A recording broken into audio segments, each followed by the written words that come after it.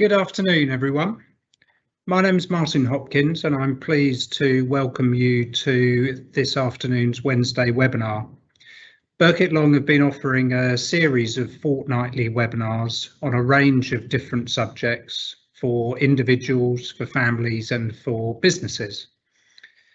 I'm managing partner at Birkett Long, and this week we're looking at our approach to corporate social responsibility. We'll take questions at the end, so please do make use of the Q&A facility.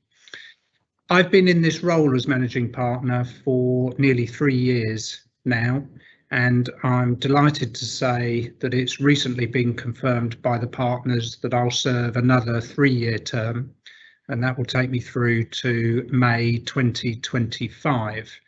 And what I'd like to do this afternoon is talk a little bit around my experiences during the pandemic and how they've impacted our approach to corporate social responsibility, and to also talk a little bit about the future. So if we could move to the next slide, please.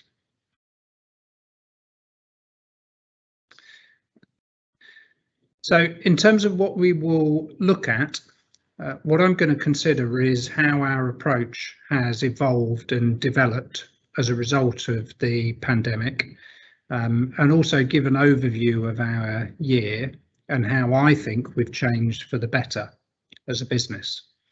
So next slide, please. So there's really 3 main parts to that, and they start with where were we?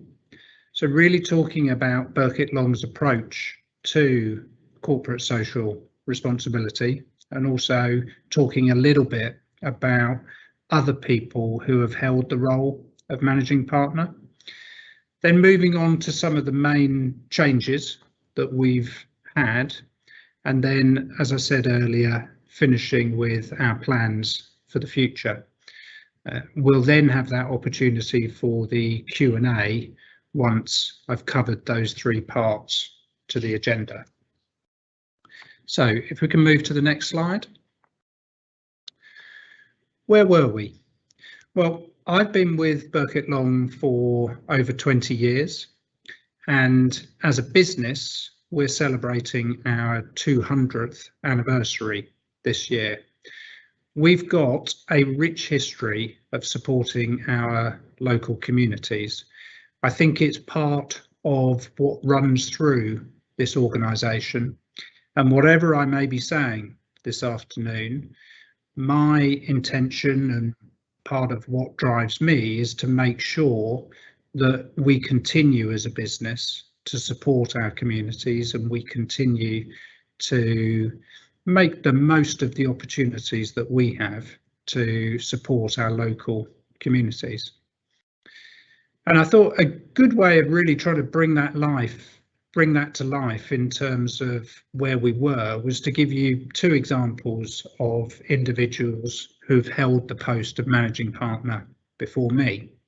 And the first is Ronald Long, and Ronald Long was one of our, I think you could describe as founding and longest lasting partners and leaders of this firm.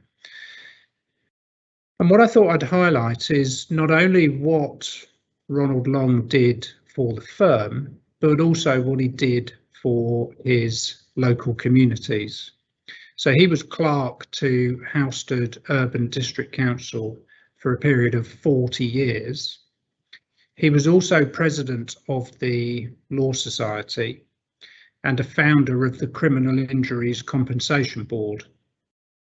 And finally, he was chairman of the Stansted Airport Consultative Committee between 1968 and 1978. They're just a highlight, really, of the various additional roles that Ronald held within his communities, above and beyond being managing partner of Birkett Long. Secondly, and an individual who was known to me because he was managing partner when I started with Birkett Long, is Chris Holmes. And Chris Holmes was a divorce lawyer who was managing partner and also senior partner of this firm. But on top of that, he served as chairman of St Helena Hospice until 1996, and actually was very closely involved in the formation of the hospice in Colchester. He was chairman of Macmillan Cancer Support in Essex until he died. He was a deputy lieutenant of Essex, a member of the court of the University of Essex, and in 2001 he joined the Essex Community Foundation as a trustee.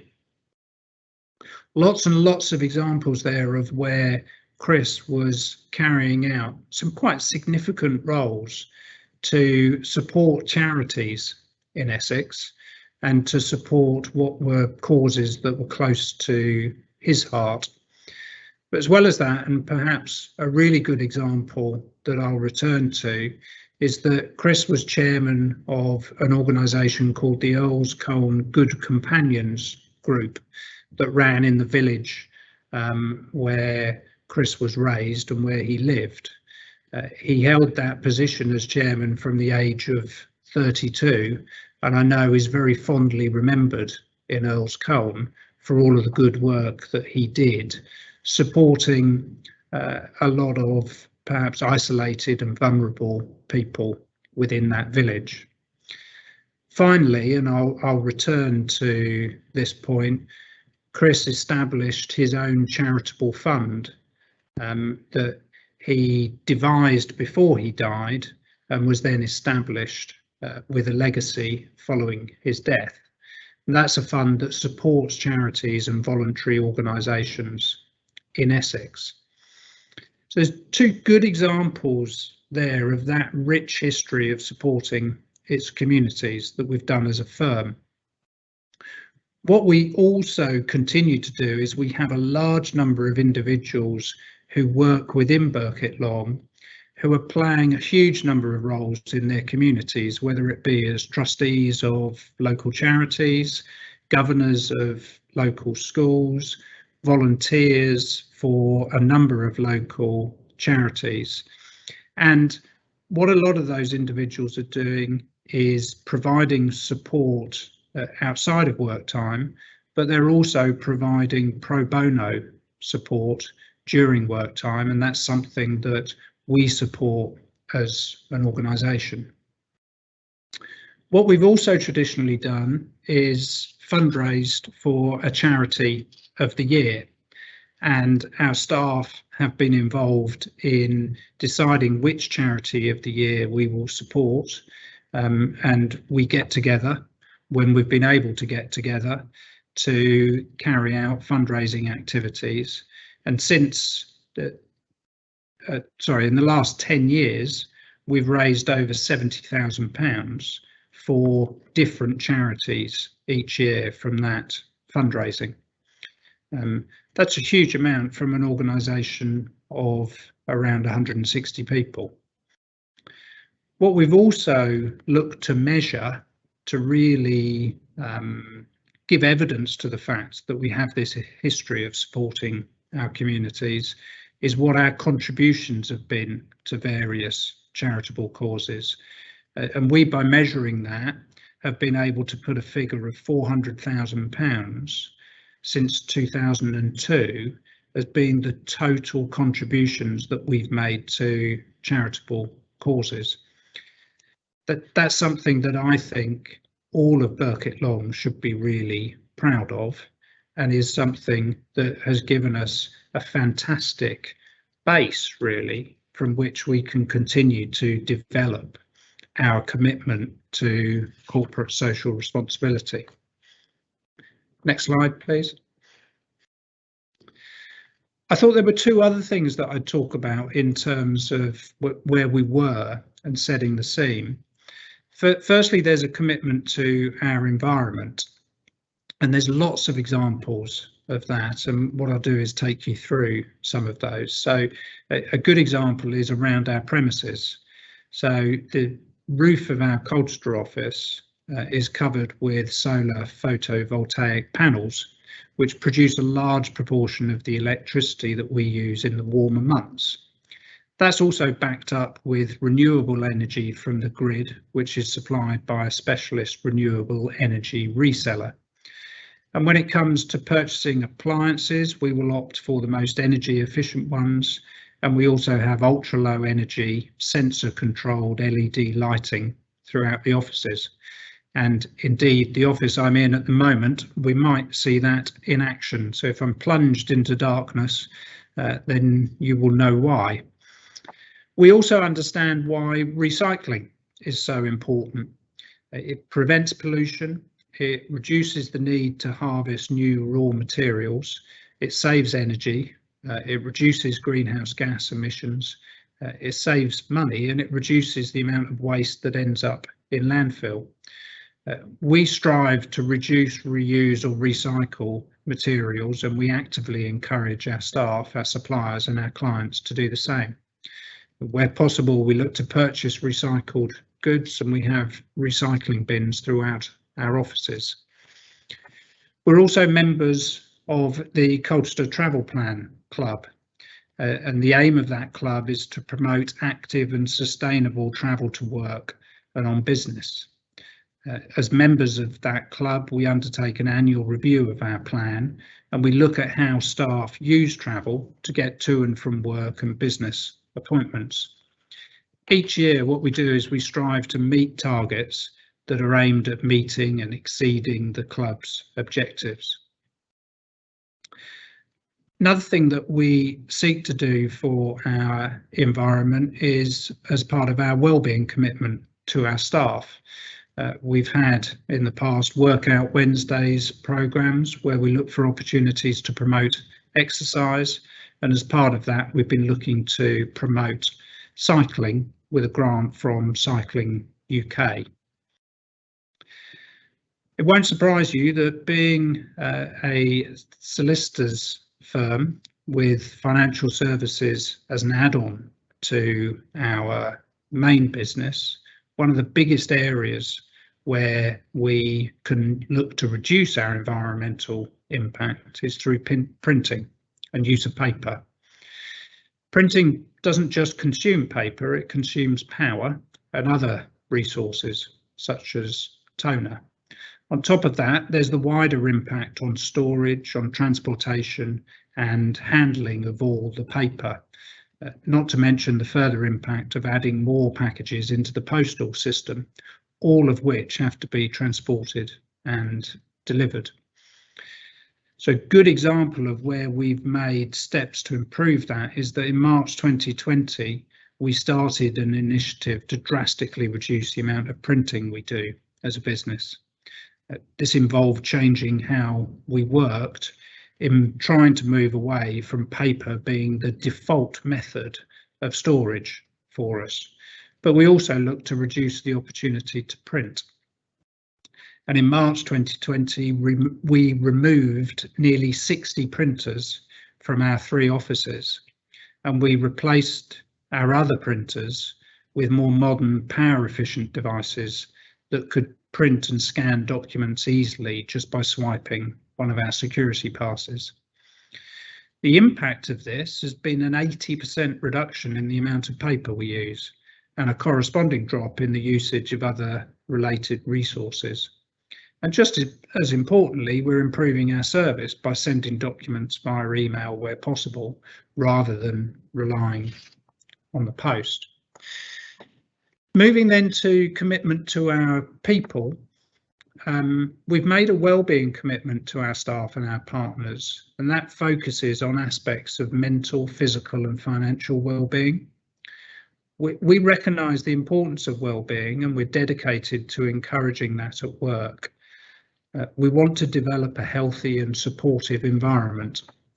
We provide resources and support, and we clarify our own and individuals' responsibilities. To aid that, our HR team provide a continuous programme of training for managers, for team leaders and for staff on subjects such as stress and how to manage this at work. And they also publish quick and easy tips to help manage stress. in addition to providing details of useful resources. Staff have access to a counselling service with face-to-face sessions and unlimited telephone counselling sessions. As an organisation, we've trained mental health first aiders across our offices. They're available for colleagues to talk to should any of our people wish to. The training was run in conjunction with Mental Health First Aid England and delivered by the local organisation Provide, who are commissioned to deliver NHS and community services. We were really proud to work with them to be able to embed trained mental health first aiders within Birkett Long. It follows health and safety executive guidance, but also demonstrates a commitment to our staff's health and well-being. But it also allows us as an organisation to provide staff with practical skills so they can recognise, support and signpost where people are feeling overwhelmed and are feeling stressed. We also have lunchtime walking clubs to encourage staff to reap physical and mental benefits of being active, in addition to gaining the emotional benefits of connecting with their colleagues outside of the working environment. And then also we look to address any financial worries which can lead to mental health issues by organising seminars on financial management, which are held in conjunction with our Birkett Long IFA business. I feel that wellbeing programme demonstrates the ongoing commitment that we have to our people. In addition, staff have benefited from our flexi-time scheme, which enables people to work flexibly around core hours. And we look by doing that to achieve a better work-life balance, whilst the needs of our business and our clients are still met. And with the impact of the pandemic, we are, as many businesses are, trialling hybrid working models, looking at giving staff the ability to work from home for part of their working week. We all know that mental health affects so many people, whether it be in their personal life or related to work, and we're committed to supporting our staff with any such issues and offering support. And having those fully trained mental health first aiders is vital to allow us to achieve that. So that's really what I wanted to cover in terms of where were we. So let's move on with the next slide to how have we changed. Well, one of the first things that we have worked on over the last 12 months is a clearer statement of our purpose.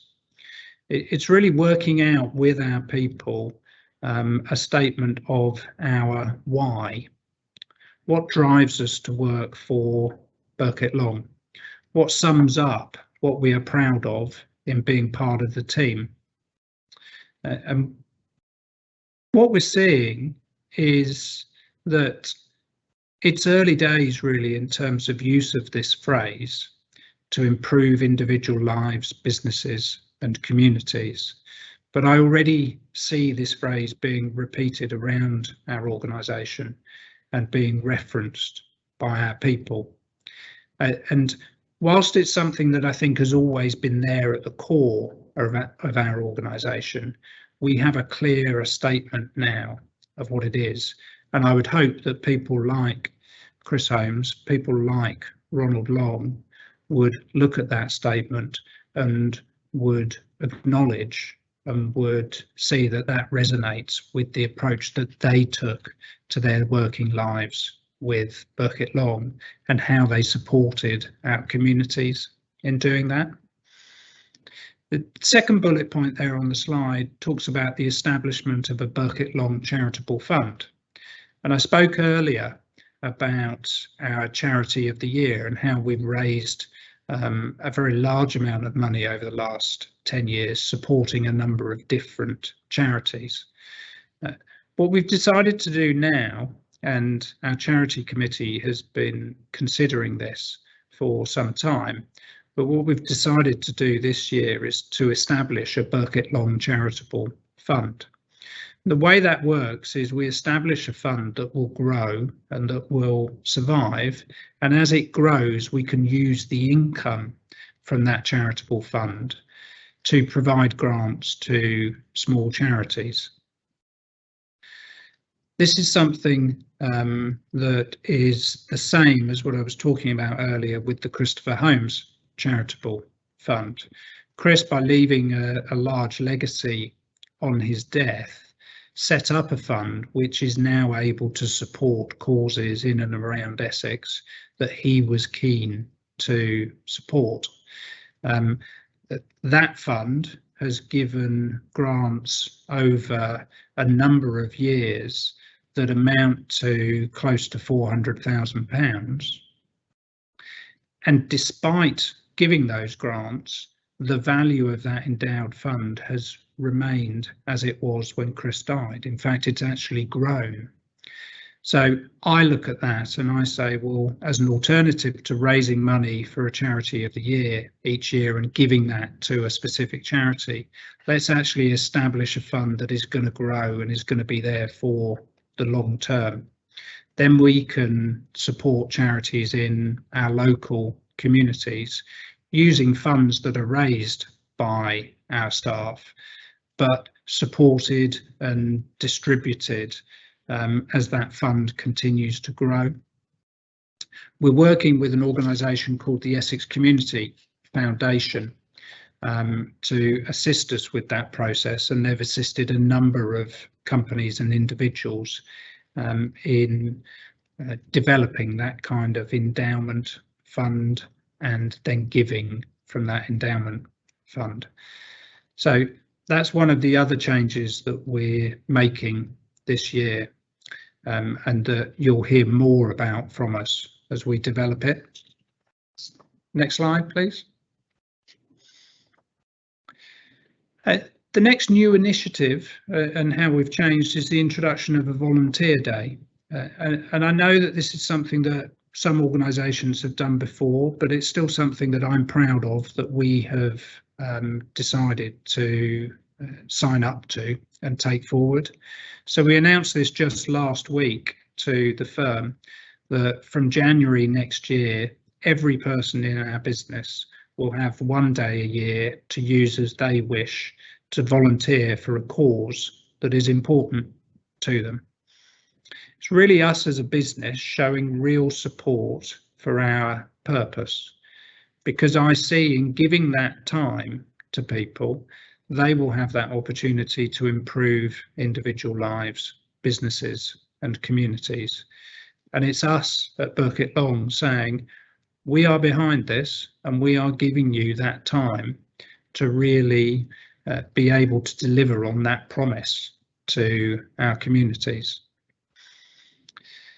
The second point I wanted to raise in terms of how have we changed relates to our 200th anniversary.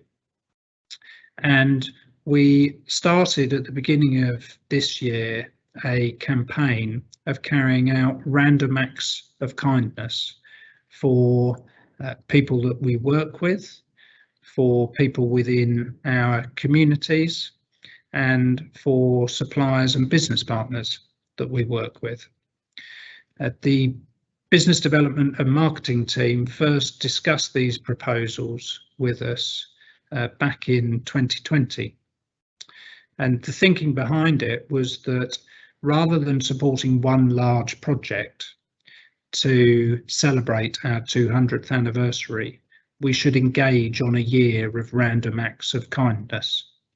So supported by all of our people within Birkett Long who could nominate individuals, could nominate clients, could nominate each other, could nominate community groups, all of whom could receive a random act of kindness. And often they were relatively small gifts that might be given or support that was given. But it's been fascinating to see how people have really bought into that campaign. You can look at our website, you can look at social media for examples of the many acts of kindness that we've carried out. I'm particularly proud that during the pandemic and at a time when so many people have been under so much pressure, we've delivered so many random acts and we've seen so much impact from that. And again, it fits squarely with our purpose to improve individual lives, businesses and communities. I'm even more pleased that today we've received the news that we've won a county-wide business award for excellence in marketing. And we've won the award in that category in the main because we used the campaign of the Random Acts of Kindness for our submission. So I think it demonstrates that not only have we completed a fantastic initiative, but we've also been very proud of it. And we've also really built up a groundswell of support for it. And it's fantastic to see that being recognised with that award. I thought what I might do just to finish this section on the Random Acts of Kindness is go back to a couple of the quotes that I used when I was talking to our staff, giving them updates during various lockdowns.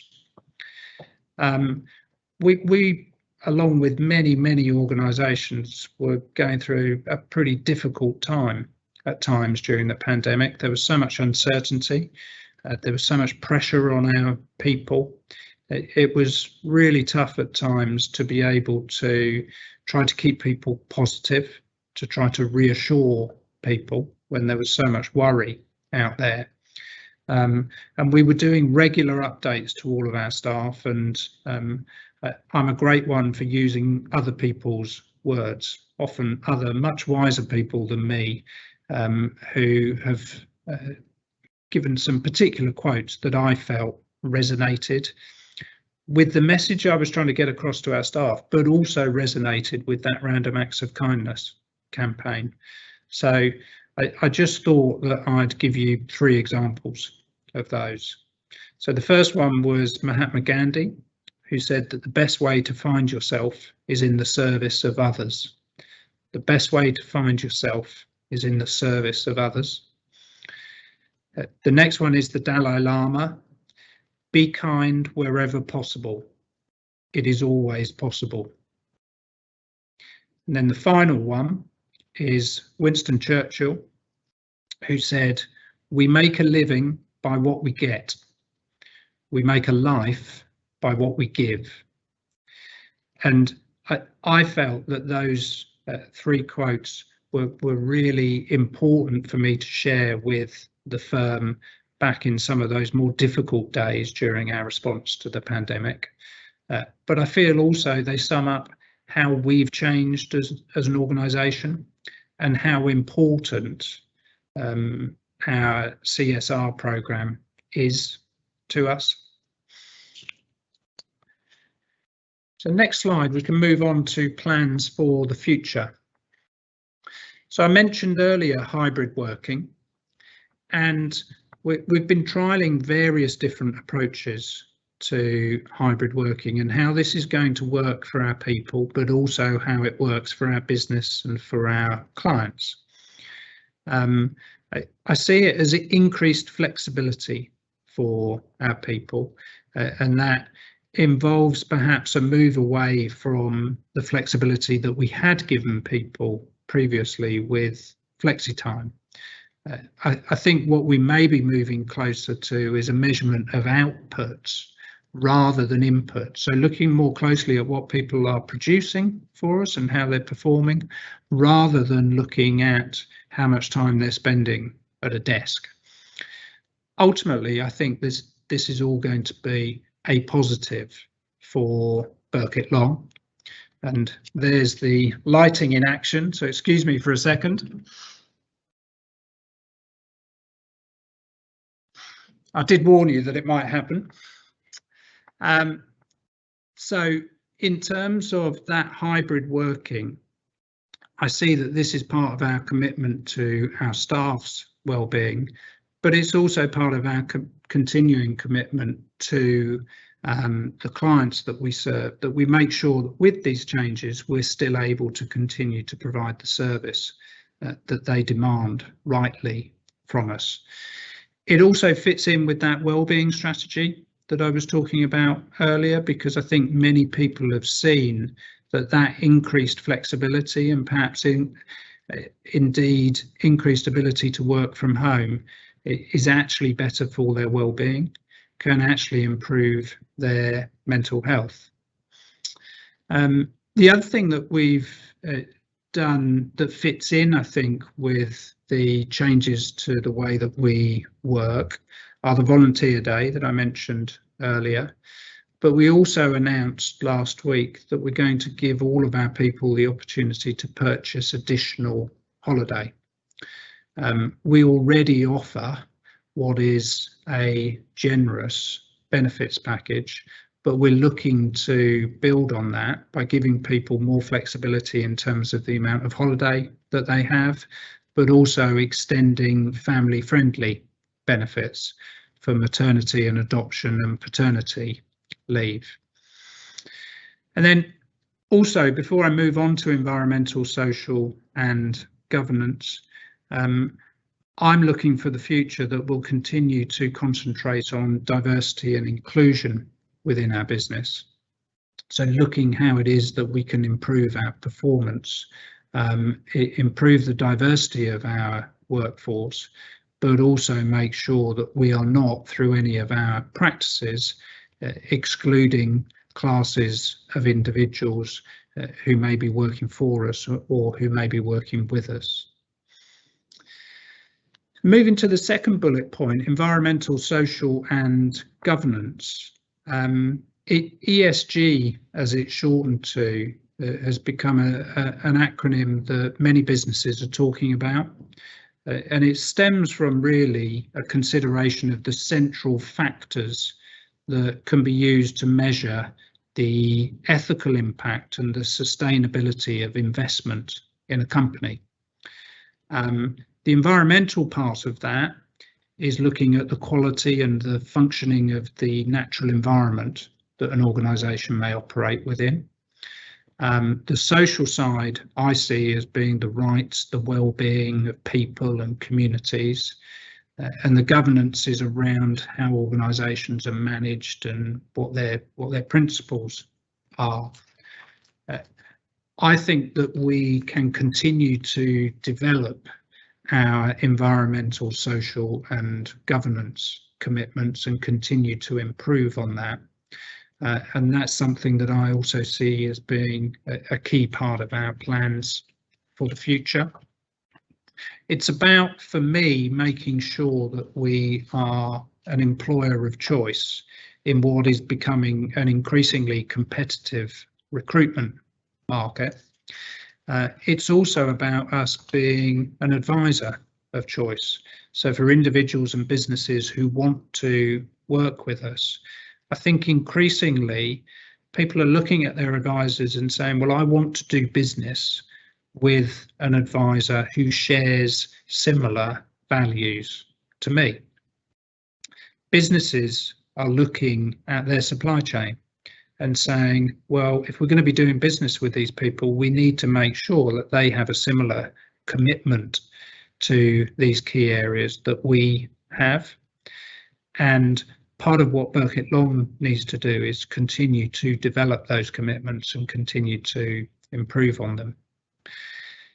And then finally, as part of that, I see that this is all part of our commitment to our communities.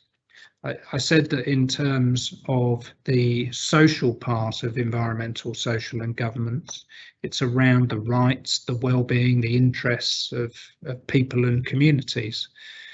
Well, we need to continue to improve. Whilst I've spoken a lot about what we've done in the past and how I think we've improved recently, I still think there's room for improvement. There's ways that we can build on that, and we will be looking to do that by developing that commitment to ESG and by building on it. So next slide, please. Thank you. This is an example really of what I'm talking about in terms of what we're looking to do in building on ESG. So it's our environmental sustainability plan. And it sets out what our commitment is to environmental sustainability. It shows that what we are committed to is the principle of achieving a sustainable and a healthy working environment, but also that we will behave responsibly and will minimise our impact on the environment.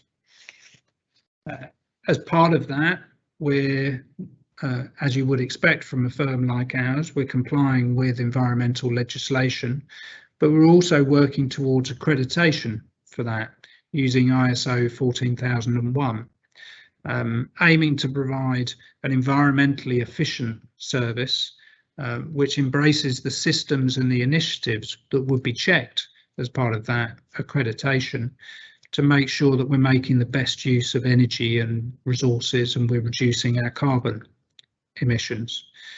The principles that we follow are based on reduce, reuse and recycle, which I spoke about earlier, and looking at ways that we measure our carbon footprint, we minimise resource use, and we engage with employees and work with our suppliers to try to do that.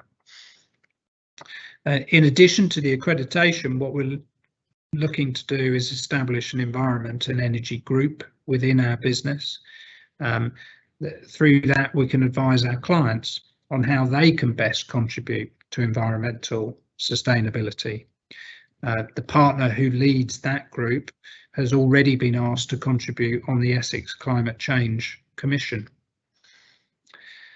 Also, as part of that plan, we look to promote a healthy workforce. I spoke about this earlier. There's many ways we can do that through improving physical and mental health, but also by having green champions at our particular offices, so that we can encourage full partner and staff engagement and participation in some of these changes that we're looking to introduce. We've talked already about looking to reduce energy use, and I gave you one example of the changes that we've made to our printing resources, but there's many other things that we can do and we will be looking to do to improve that. So that's just one example really with this plan of how we're looking to build on what we've done already and improve our performance against this. So that's really everything that I wanted to talk about today and to take you through. So I think if we can move to the next slide, please. So just before we take questions, we'll send a recording round to everyone that's signed up for the webinar, and we'll also include with that message to you the link to the short feedback survey. We would really appreciate it if you could complete that. That way we can make sure that our future webinars are helpful to you. As I said at the start, this webinar is one in a series of Wednesday webinars. Thank you. We've got the list come up there now. The next webinar is a Q&A with the divorce and family team on the 12th of January. If you're interested in our future webinars, then please visit our website or our Eventbrite page and you can sign up there. So now I think we've got time for any questions that you have. Thank you, Martin. Yes, we've got a couple.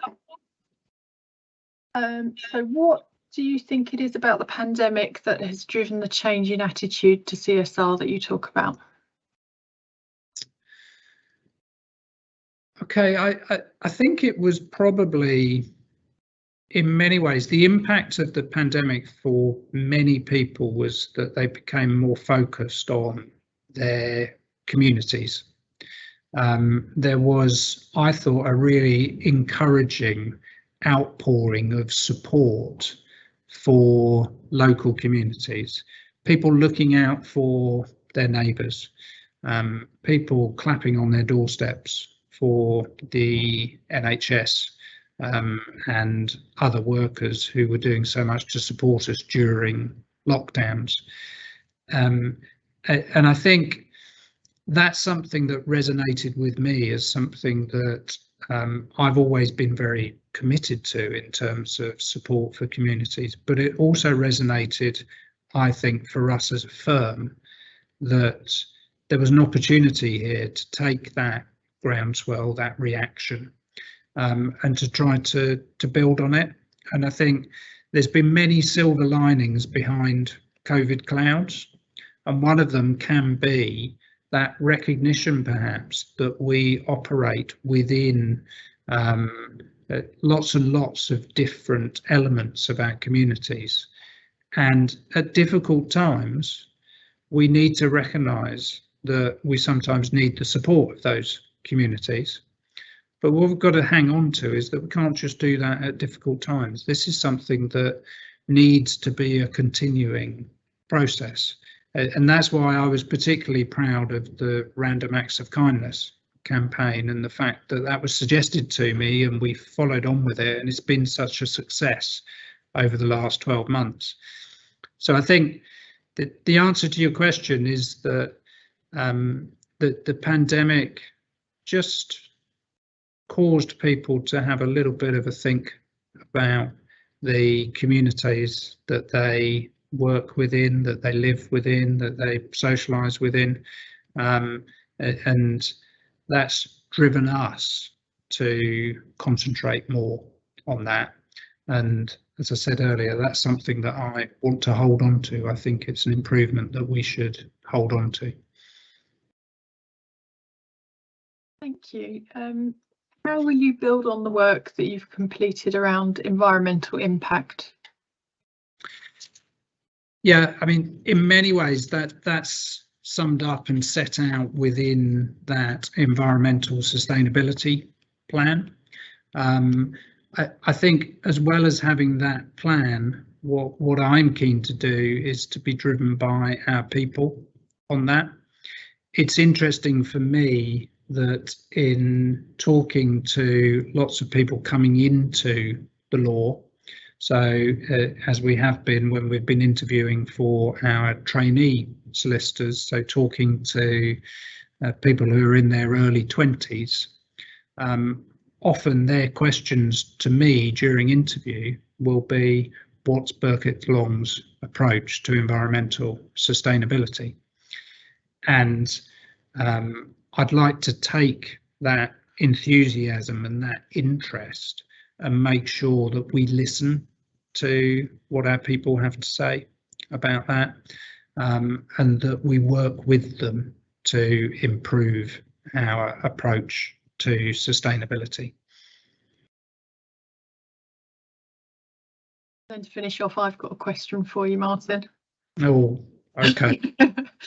So as managing partner, you get roped into a lot of fundraising activities. One that kind of comes to mind is abseiling down a client's building. What's been your favourite, and have you got anything that you haven't done that you fancy giving a try in the future?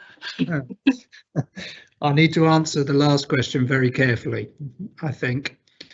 My favourite was not abseiling down the client's building.